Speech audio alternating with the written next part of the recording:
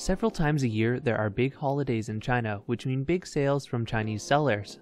Later this week is 11/11, which is basically China's equivalent of Black Friday sales, and it's the biggest sale day of the year.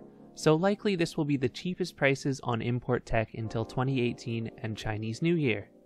In honor of that, I decided to make a quick video with tips for buying overseas.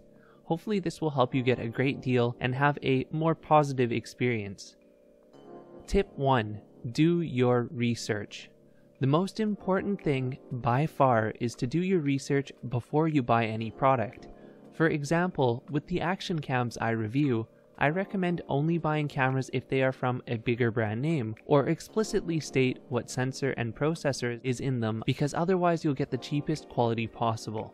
It is so important to do your research because if you want a refund, chances are the seller will require you to ship the product back to them, and shipping costs from your country to China will often exceed the cost of the item in the first place, so it's not worth doing. Since returning items is often out of the question, it is imperative to know exactly what you're buying and why you're buying it beforehand. Also keep in mind that sellers often overstate specifications in order to make their product seem like it is better than it actually is. That's why it is important to research the product beforehand to make sure that it'll meet the quality you require. Tip 2. Buy from a reliable source.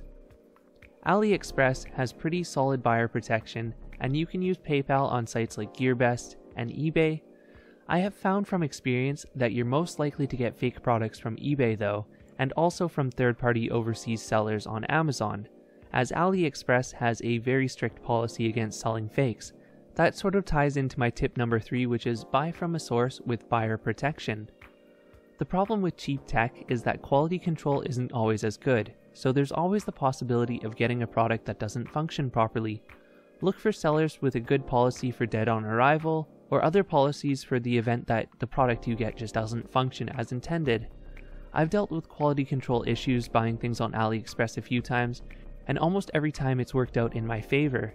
I've also dealt with GearBest dead on arrival policy before too, and again it worked out in my favor, although it took a little bit of pressure.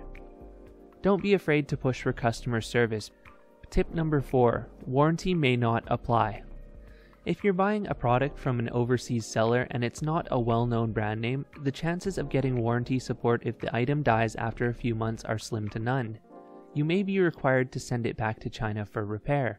For example, a quadcopter I bought had the camera die, and I sent a few emails to the brand name's support helpline and never heard anything back.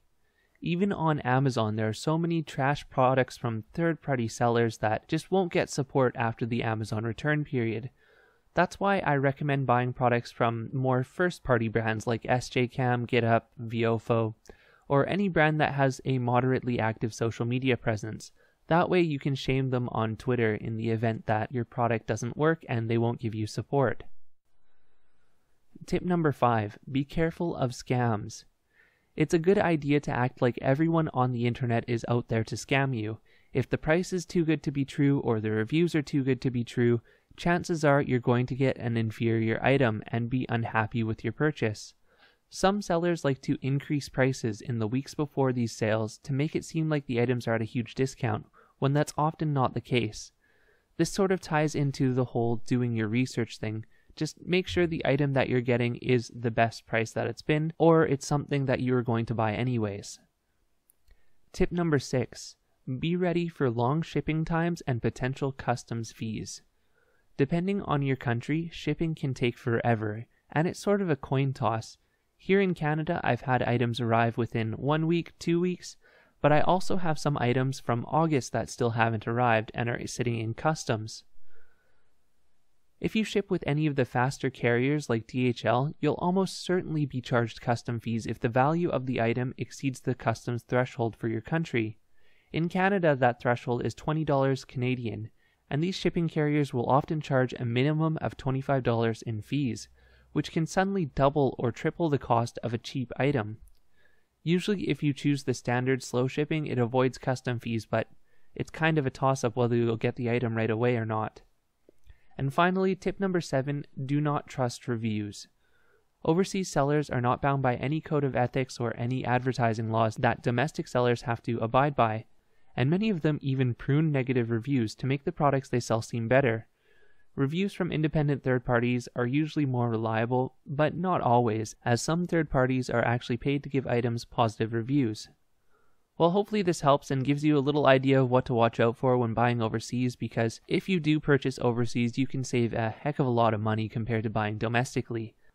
I've purchased hundreds of items from overseas without issue, and again, it just kind of comes down to doing your research and knowing what you buy before you get it. Thanks for watching. If you have any questions, please leave them in the comments below.